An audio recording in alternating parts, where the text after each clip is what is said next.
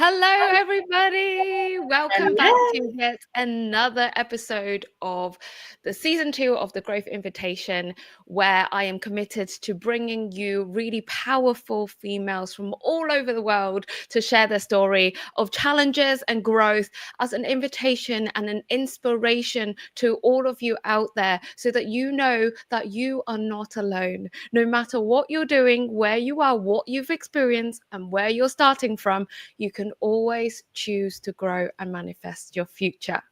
And today I have the honor of bringing on Arvy Thandi, who is going to be our guest today. Hi, Arvy. Hi. Oh, I'm excited to be here today. Thank you for having Yeah. me. You're so welcome. I'm very excited, and to be able to share your story.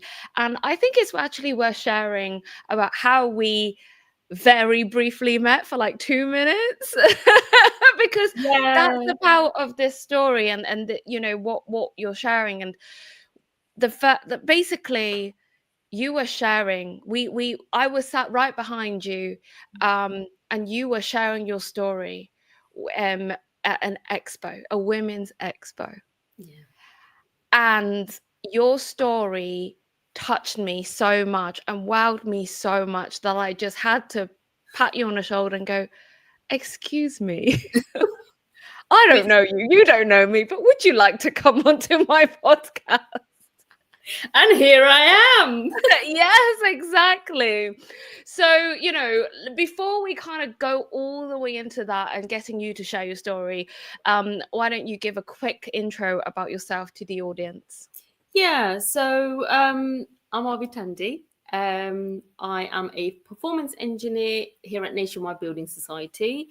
I transitioned into a tech role just before I turned 40 from a non-technical role. I've been with Nationwide for about 14 years, but I was in the retail network doing various different roles, and then decided to take a leap of faith and consider a career in tech. And whilst balancing my role as a performance engineer, I'm also a mum of two girls, a 12-year-old and a 5-year-old who's soon to be 6, a wife, as well as a professional. Beyond my career, I'm also I'm really passionate about diversity in STEM. I'm a real advocate for that, especially to empower and inspire young girls to consider a career in tech and in STEM, because let's face it, there's only 26% of females in tech roles, right? It's not good enough. We need more of them. We need more diverse panel of thought, because we're awesome.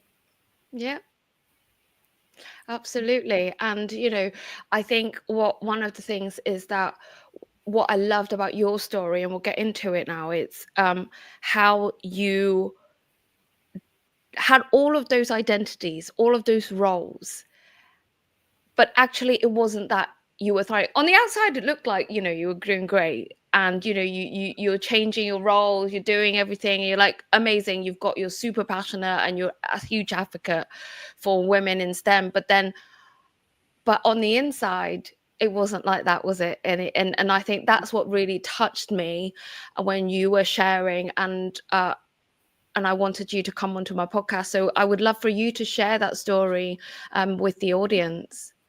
Yeah, I mean, look, I don't have a computer science degree. I am a graduate, but I graduated in graphic design about 15, 16 years ago. And, I got married pretty much straight away, when I was like 25, got married. And then, I thought, yeah, I'll have a degree. I've got my degree now. I'll have a career in graphic design and, live the life in London. But that didn't happen. Got married, got into a role. And, life just takes over, doesn't it? I don't regret any of it, because it's got me to where I am today. And had my children, and the responsibilities at home has just happened as my husband became self-employed. He became very busy, so he was becoming very successful very quick. So it was a case of, all right, you do you, and I will look after the kids, manage the kids, just work part-time around them. So I did that. So for about a good 10 years, I really focused on just looking after my children. But then when my youngest was going to start primary school, I was at a crossroads. I thought, I'm getting to a point where I'm not really happy in what I do. I've always been career driven. I've always wanted a career in tech, but I haven't got a computer science degree. So what do I do? So one of my ex-managers, Sean, said to me, he goes, Arvy, look, there's a tech development program here at Nationwide. Why don't you apply for that? And I went, oh, okay. Didn't know about it. He introduced me to someone who had gone through the program, spoke to them. I applied for it. And I felt at the time I was very ready for the role. Got interviewed. And at the time, when the interview was happening, I was up against 5 boys, right? I was the only female, being of ethnic minority, and I was up against 5 white boys. And I thought, okay, this is interesting. And I thought, okay, well, I've got a lot to give. I've got a lot of life experience and stuff. I can lead the way. But it soon came apparent that when we were doing a group assessment, I got pushed out. They weren't really interested in, what I had to say, which knocked my confidence. And, now I understand through my journey why girls don't like going for these sort of roles, because of what I went through. Anyway, throughout the whole, it was a 3-hour interview. So throughout the interview, my confidence just kept getting knocked. And there was no real diverse panelists either. So, I just felt like the odds were against me, didn't get in. And for the life of me, I couldn't understand why, because I just thought, they need people like me in tech. Why haven't they given me this role? So anyway, reflected for about 6 months, got myself a mentor who is of ethnic minority, who is in the digital field at Nationwide. And he really helped me. He really opened up the doors for me, really expanded my network, and I reapplied and I got through. But and then, when I had started, I went to the original expo at Karen's the year before I met you. And I was just there pleading for help. I was like, Karen, look, I've got this career that I'm starting my new career journey. The mom guilt's kicking in. I don't know what to do. Please help me, because I'm a daughter, I'm a wife, I'm a mom, I'm a daughter-in-law. I'm all these things. I'm a sister. They all weigh on you. I work full time. I've got to navigate everything. Got to make sure I've got my lines in my carpet. Very important to me. Otherwise, I'll go berserk. And she just goes to me. She goes, forget your lines in your carpet. That can wait. All these things can wait. She goes, be selfish and prioritize yourself. Put yourself first. She goes, I didn't go to all. She goes, I didn't do all the school runs. I didn't, go to all the school pantos and stuff. She goes, I didn't. She goes, because I was busy, building up my career. But she goes, it's all about balance, right? She goes, don't let the mom guilt get the better of you. Go out there and you do you, and be selfish. It's okay to have a bit of self-care. Don't burn yourself out.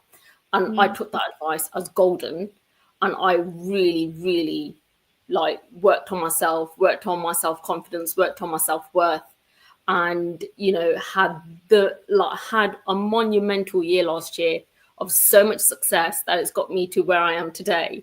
And that's why last year, when I didn't have a question, I wanted to thank her. Because of her and that advice she gave me, I managed to be my best and achieve everything that I wanted to without any guilt. Wow, amazing. Well, congratulations for getting to that point.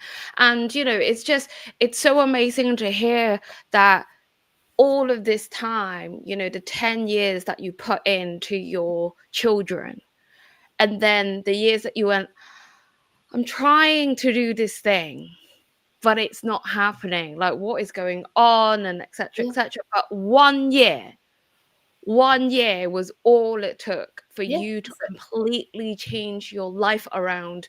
Completely. Pretty much exact to the year, right? From Karen Brady's last expo to the expo where we met. Yeah, from 2023 to 2024. Yeah, exactly. That almost that anniversary moment. It was. It felt like that.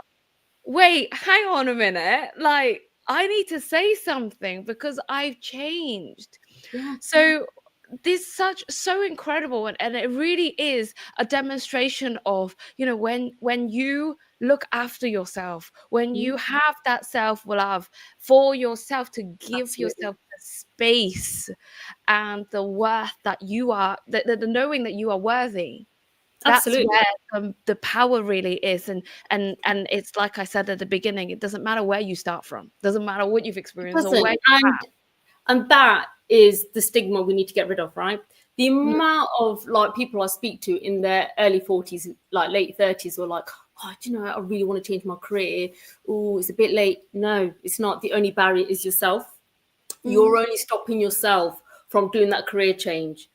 You know, going into a career change later in life is probably a lot better because the wealth of knowledge they're transferable skills that you take with you, right? These mm, life skills, these people skills, let's face it, the Gen Zs are probably going to kill me. Please don't. I love you really. But all I'm saying is you haven't conquered the world. You don't know it all. um, you know, getting to my age, when you go through so much. When I was your age, I thought I knew it all. I didn't.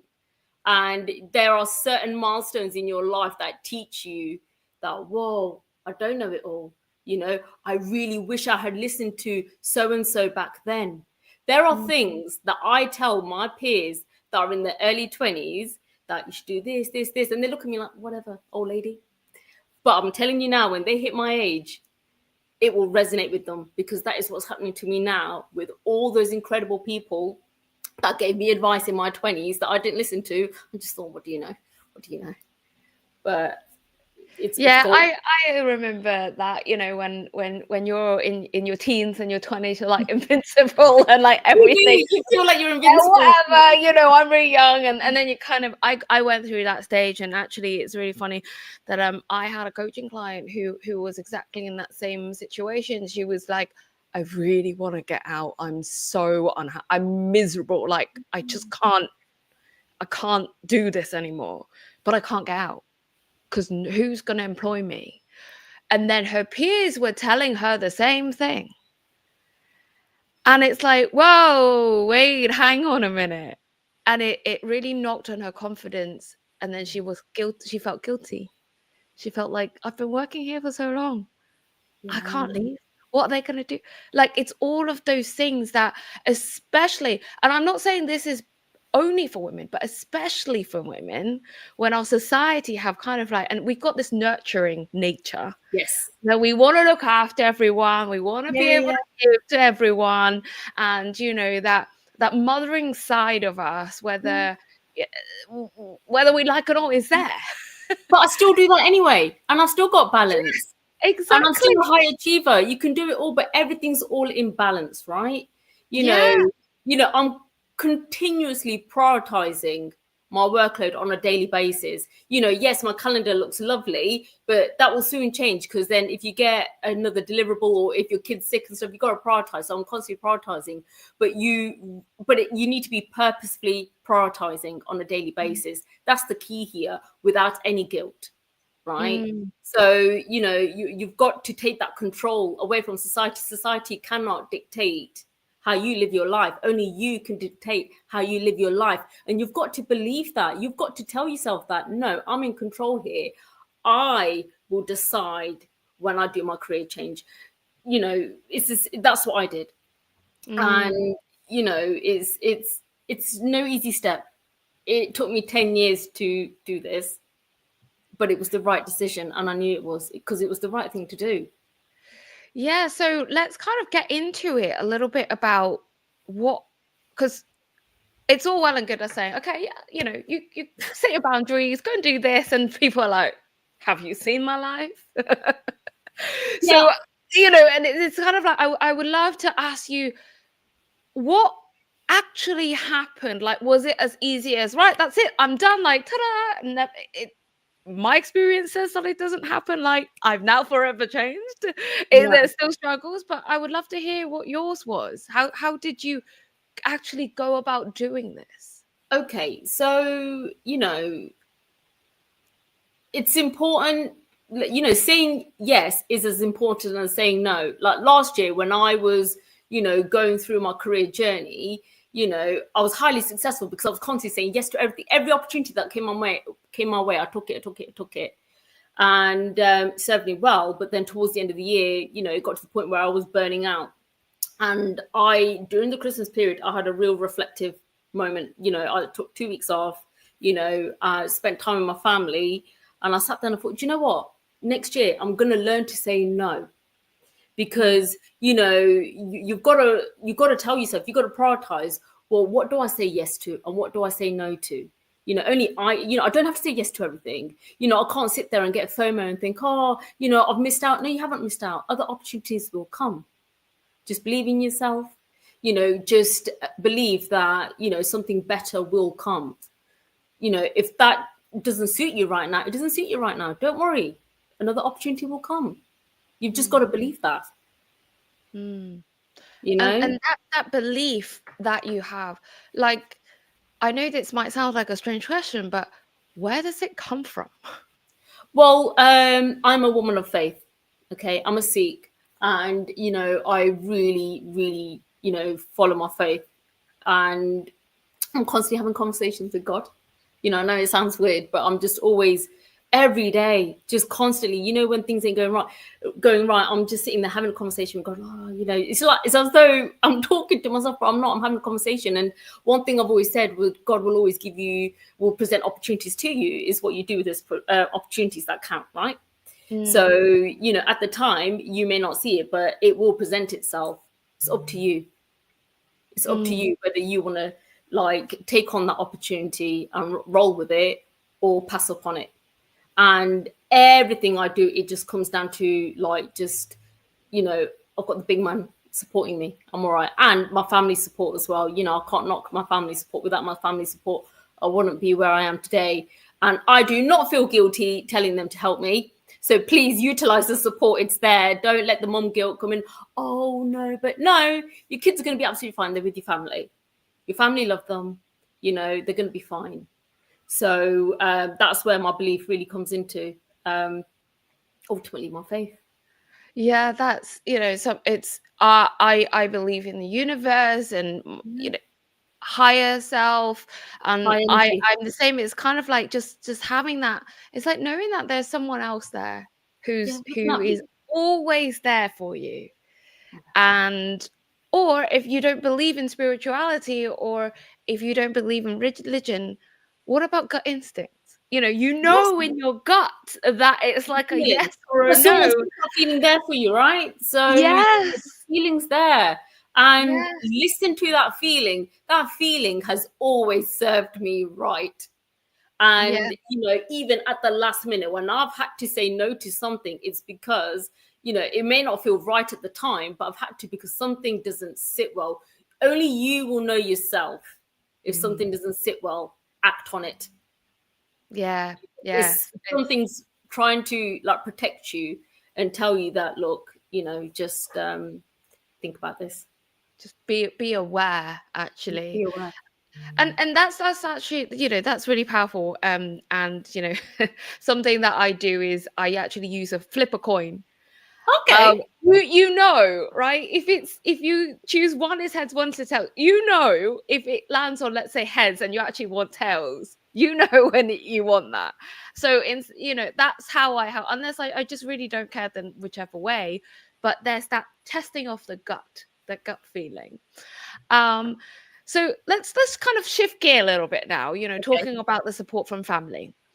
How did your husband react when you started saying, I need help?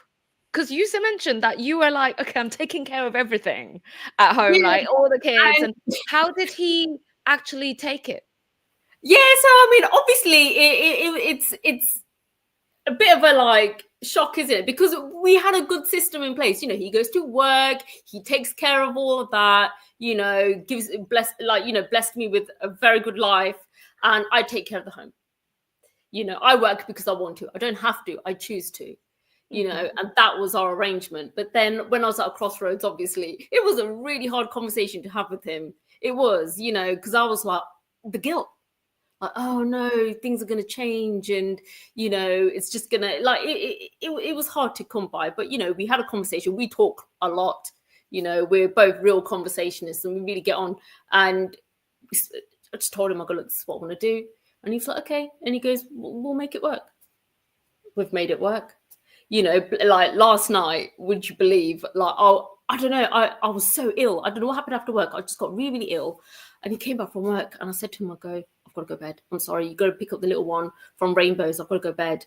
I can make your food for you, but just, tell me when you want to eat, wake me up. And he goes, no, don't worry, because I'll take care of it. Bless him. For the first time, I made the dough for garlic flatbreads. He rolled it out and he made them and he did a cracking job. Oh. And I was like, I could get used to this.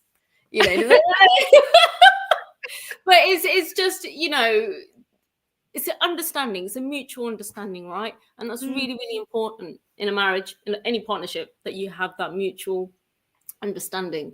Because if it's not there, then it's not going to work, is it? Yeah, and one thing that you said was that conversation. I think a lot of people, what I've heard is that people even stop before the conversation. Why do you think that is? And I think there's the guilt in there. There's the fear of, I've got this expectation, I would like to do this, but what if they say no? What if we enter into an argument? What if it doesn't work? What if we have to change the status quo? What if we have to change the Yeah. But then if you don't ask, and if you don't have the conversation, you'll never know, right? So you'll forever be living in the guilt. Would you rather be forever living in the guilt or have the conversation where you're at? And, I just sat there and I just told him, like, I was very honest and transparent. I told him, I go, look, this is what I want to do, and you've got to do that. It's a partnership at the end of the day. You've got to have the conversation. And that was because I had let go of my guilt. I just thought, no, I'm going to be a little bit selfish. I'm going to think about me. I'm going to put myself first. I'm going to prioritize me. And that's where it came about.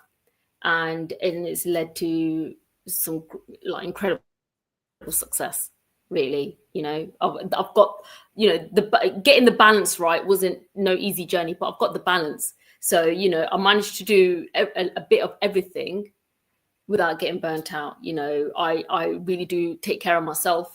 I know when I'm not feeling great, I will just put the brakes on, but right, okay, just focus on yourself. If it means you meditate, if it means that you just go for a walk, go do that. Come back, reset, crack on. And it's really important you do that. I went through days where I would just eat my lunch on my desk, and I thought, no, I can't do that. No, get away from your desk. It's okay. Go for a walk. It's just those little things, self-care, whether it be, you go for a massage or, go for a pedicure, manicure, anything. As a mom, take care of yourself. You're no good to anyone if you don't take care of yourself. Do the little things that bring you joy. Really important you do that. Because if you don't fulfill yourself right now, once your kids are gone, you're gonna be left empty. Now what? You're gonna just have so much resentment towards yourself, thinking, could have done this, could have done that. It's too late now because you were so focused on your kids. Yes, focus on your kids, very important. Just get the balance right. Look after yourself as well. And actually, your energy will be reflected onto your children, and they will watch you and mirror you and what you do, right? Yeah. So you actually taking time to love yourself. Do, right? So you actually be the better example for them. And my daughters, and my daughters love themselves. I can assure you, they do, because you're a product of your environment, right? We are a real high energy household here. I am such a positive individual because I believe, if you live in, if you're good energy, you attract good energy, right? And I'm a big believer of that. And, my girls always see it, okay, granted, my 12-year-old probably, thinks otherwise, but, she's going through that teenage phase. But, she, she does look at me. She does think, well, she's, mom's all right. She'll never tell me. But, she does look at me proud. But I'm doing this. I'm paving the way for our girls, to have a space in tech. You deserve to be there just as much as anyone else, just as much as any other guy there. You deserve to be there as well. Hence why I work tirelessly to make sure that I pave the way for these girls. I do a lot of outreach work to inspire young girls to consider a career in tech, because a lot of girls, so let's face it, we're profiled, aren't we? They're just like, oh, it's just all about coding. It's not just about coding. Women have such like diverse skill set that they can bring into the tech field that we need, that we're hungry for. They just don't know about it. So, I feel that I have a duty of care to just bring it to make them aware of it so that they can make those good choices. Yes, absolutely. And we can finally change the narrative on that. Yeah, and all the amazing work that you're doing to actually help these, like as an example, to show everyone, it's like, look, it is possible. Show everyone, it's like, look. Yeah. Anything's possible if you put your mind to it. It's as simple as that. If you are laser focused on something, focus on it. I earn the prize, as I always get told. I earn the prize. Focus on that and work towards that. And get there respectfully. And the support's there. All you got to do is ask for it. It's an internal issue. It's all about your internal issues. If you feel that you don't deserve it, then you need to work on yourself and love yourself and tell yourself, I do deserve it. You're only stopping yourself. Yes, absolutely. Totally agree with that. So before we close, I would like to ask you, what are like your top boundaries that you have set and you stick by that you can share with the audience to say, this is what worked for me, and you can share it with everyone so that they can try it out for themselves? Yeah, 100%. So look, it's a couple of things. Protect your time. I protect my time. I really do. I'm really particular. I say the most expensive thing I own is my time. I am very particular with who I give my time to, because let's face it, there's not much of it. And, I protect my time so that I've got enough time to self-love, self-care, grow professionally as well without it impacting my well-being. Also stop doubting yourself. Stop doubting yourself that you can't get somewhere.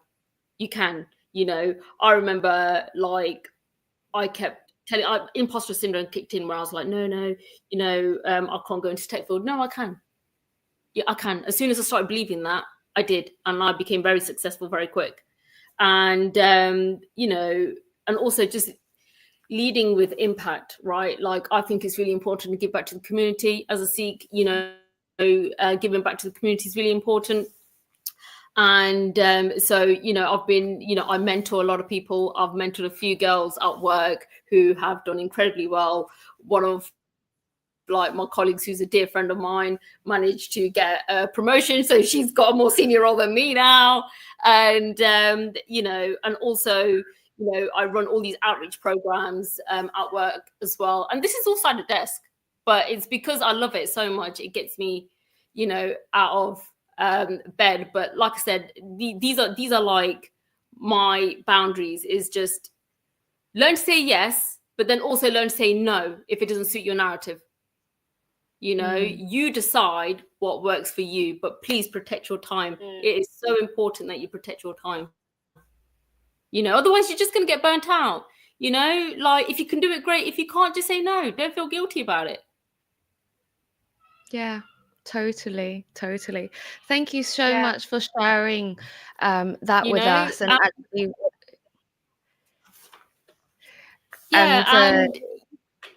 sorry, go on. Yeah. Sorry, I think there's a little bit of an echo. There's a bit of a delay there.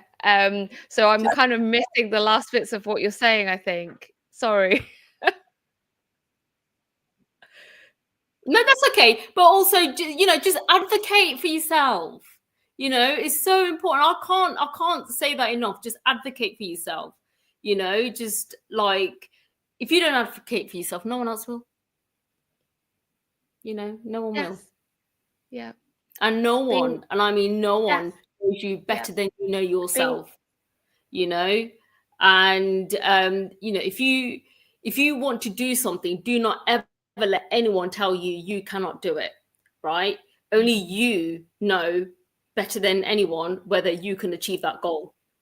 So don't ever let anyone tell you you can't achieve it.